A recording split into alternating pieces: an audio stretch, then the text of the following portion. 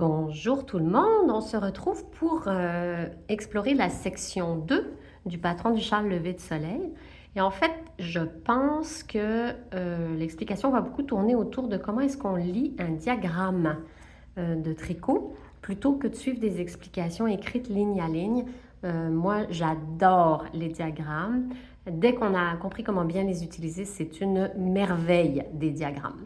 Donc, comment est-ce qu'on lit un diagramme? Un diagramme, ça se lit de droite à gauche pour les rangs de l'endroit du projet. Donc, comme ici, le rang 29 va se lire de droite à gauche. C'est par convention qu'on fait ça. Donc, on part d'ici et on va lire le diagramme dans ce sens-là. Quand on va revenir, donc quand on va faire les rangs pairs, on va lire le diagramme de gauche à droite, donc dans ce sens-là. Ça, c'est une convention quand on travaille sur des projets en aller-retour. Quand on travaille sur l'endroit, on part de droite. Quand on travaille sur l'envers, on part de gauche. Petit détail, quand un jour vous tricoterez des projets en rond, vous lirez toujours depuis la droite puisque vous allez toujours faire des rangs sur l'endroit du projet. Ça, c'était la première des choses. Deuxième des choses, vient avec le diagramme une petite légende. Et donc là, il vous faut bien faire attention à ce que la légende raconte. Ça ne dit pas toujours la même chose, même si les symboles sont 95% du temps les mêmes selon les projets. Donc, sur notre projet, ce que moi j'ai choisi, quand vous allez voir des carrés vides, c'est que vous allez faire une maille endroit sur l'endroit du travail, une maille envers sur l'envers du travail. Donc, le carré ne veut pas toujours dire la même chose. On se méfie. Le petit point noir, c'est l'inverse. Donc, c'est une maille envers sur l'endroit du travail, une maille endroit sur l'envers du projet. Quand vous allez voir un V, vous allez glisser les mailles. Ça correspond en fait au high cord. Donc, vous allez voir ici, vous glissez les mailles sur toujours la fin du rang. Donc, la fin du rang à l'endroit, la fin du rang à l'envers. Maintenant, le carré de répétition, comment est-ce que ça se lit, ce carré-là? Ce qu'on va voir, c'est que ça se répète, mais qu'il faut toujours travailler les mailles avant et après la répétition et les compter dans le projet. Quand on regarde ici le nombre de mailles que j'ai sur mes aiguilles quand je fais ce diagramme-là, vous voyez ici, c'est écrit ici, un nombre total de mailles de 69. De ça, il y a 3 mailles au début, 6 mailles à la fin. Donc là, si on compte bien 69, j'ai 3 mailles, plus 6 mailles, là j'ai 9 mailles. Ça veut dire que j'ai 60 mailles qui me restent disponibles, on va dire, pour faire les répétitions de ce segment-là. Et si vous comptez le nombre de mailles qu'il y a dans la répétition, 1, 2, 3, 4, 5, 6, 7, 8, 9, 10, on est content, c'est un multiple de le 60 qui nous reste, c'est un multiple de 10. Donc en fait, ce qui va arriver, c'est qu'on va faire 6 fois cette répétition de ce rectangle-là. Donc je récapitule, 3 mailles, 6 fois 10, là on est rendu à 63, et puis les petites 6 dernières de la fin, et voilà, on est à 69. On est content, ça tombe sur le même chiffre. Donc c'est comme ça que vous allez le lire. Et c'est la même chose quand on regarde les diagrammes en hauteur. Donc la façon dont je le lis ici, c'est que mon motif, il est sur 4 rangs. J'ai à faire ce motif-là pendant des rangs 29 à 50. Donc ça veut dire que c'est sur 22 rangs qu'on va faire ce motif-là. Le motif 1, 2, 3, 4 sur 4 rangs, je vais le répéter 5 fois. 5 fois 4, 20, plus 2 que vous voyez ici, 22. C'est donc la même chose qu'on lise sur le nombre de mailles ou sur le nombre de rangs. On va aller se servir de ce rectangle rouge pour savoir combien de fois on va le faire. Ça va être vrai pour toutes les sections. On va travailler avec des diagrammes qui vont fonctionner de la même façon par rapport au rang. Là, j'ai toujours proposé de mettre à mon logiciel, de mettre le premier chiffre, ça va correspondre à ce que vous allez avoir dans le chiffre de la section. Malheureusement, le logiciel n'a pas la capacité de me dire qu'ici, ce ne sera pas les rangs 33 et 30. Il m'a noté les rangs 33 et 34. En fait, ce sera les rangs 49 et 50. Mais je n'avais pas cette capacité-là de lui faire modifier les chiffres sur le côté pour le nombre de rangs et je m'en excuse. Alors, maintenant que je vous ai dit tout ça, on en fait un tout petit peu ensemble. Puis, vous allez pouvoir continuer après pendant l'ensemble des rangs. Ce que je vous montre aussi dans cette vidéo-là, c'est qu'on est rendu à changer la couleur. Donc, je positionne ceci pour que vous voyez à peu près le diagramme ici. Et puis, je repars et on change la couleur. Donc là, on va commencer avec une des deux couleurs principales ou la couleur principale, comme vous avez envie. Je me positionne un peu plus loin pour que vous voyez. Ah, on est rendu à débuter la balle. Voici, voilà. C'est bon, je l'ai. Bien. On est rendu à débuter la balle en tricotant. Donc, vous positionnez, en tout cas moi je le fais comme ça. Vous gardez une petite longueur parce que ça va nous aider à la rentrée après. On se positionne et on part. Que me dit le diagramme? J'espère que vous le voyez. Le diagramme me dit, je fais mes 3 maillons droits de mon high cord.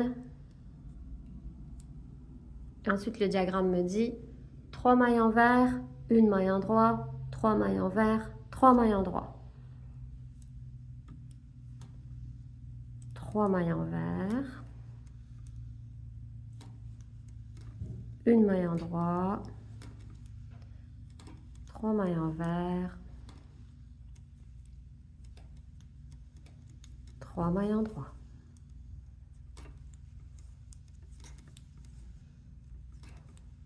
C'est ma première répétition des 6. Et je recommence. Je recommence mon rectangle.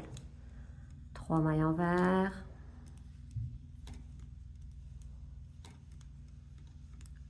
Une maille en droit. 3 mailles envers. 3 mailles en droit.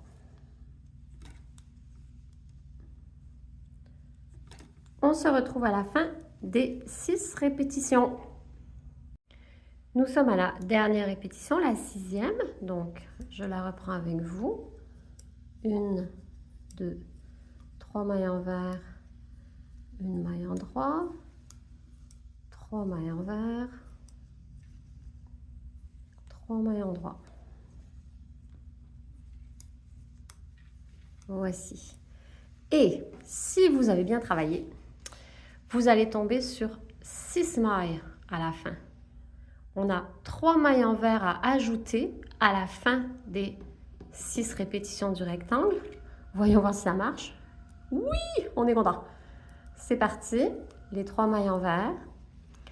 Et ce que le patron me dit ensuite, c'est qu'il y a 3 V ici qui viennent m'indiquer que c'est les 3 mailles glissées, la laine derrière, sur l'arrière du projet.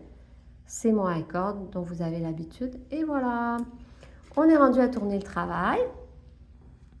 Et on repart la lecture, comme je vous avais dit, depuis la gauche. Donc, qu'est-ce que c'est écrit ici? Ce qu'on voit ici pour la rangée numéro 30, c'est 3 carrés vides. Attention, les carrés vides changent de signification sur l'envers. Je me reporte ici pour voir qu'ils vont être à l'envers sur l'envers. Donc, ce sont mes 3 cordes, envers sur l'envers. Les voici faits. On m'indique après 3 points qui sont des points endroits sur l'envers du projet.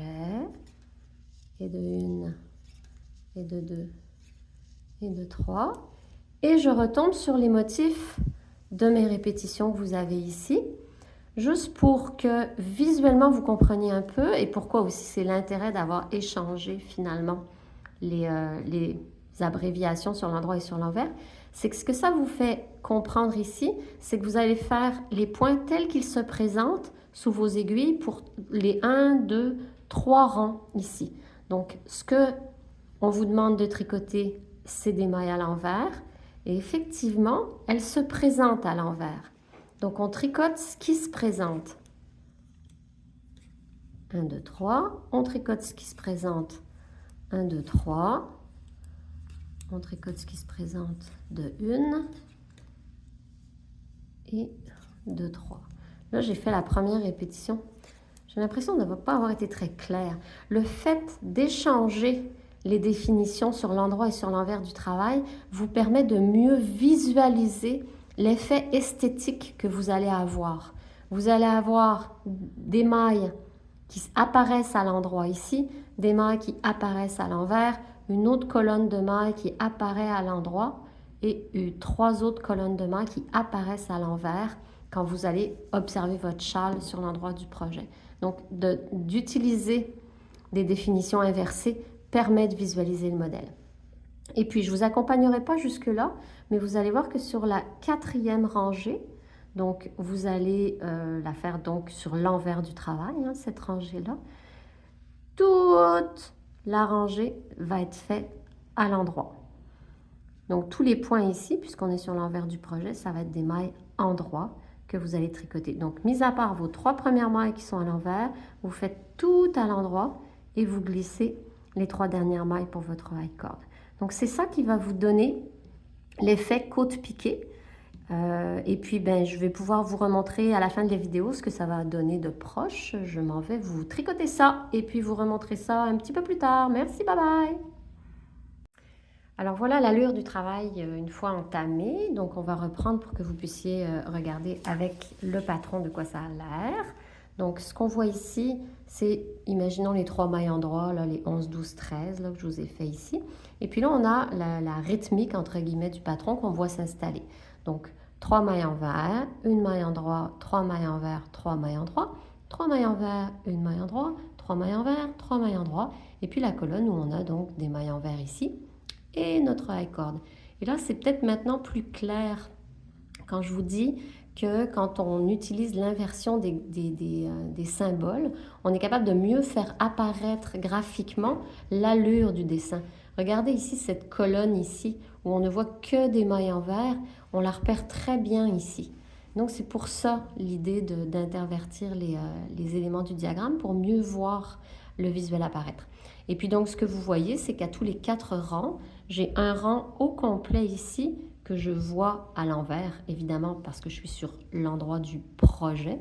Donc je vois toutes les petites perles, toutes les petites bulles des mailles ici qui viennent créer une ligne barrée finalement au milieu de mes côtes. Et voilà ce que ça va vous donner. Alors vous avez en fait, qu'est-ce que j'avais dit? 5 fois le dessin de 4 rangs à faire et puis 2 derniers rangs qui vont apparaître sur la fin. Donc là, j'en ai fait seulement 2 fois plus une, plus les 2 derniers rangs, mais vous avez 5 fois à faire pour venir compléter la section 2 des côtes piquées. Et on va se revoir à la fin de la section 2 pour entamer la nouvelle section, la section 3 qui sera, je ne sais plus, je pense que c'est les torsades, sans en être certaine. Alors, bon tricot, bye bye!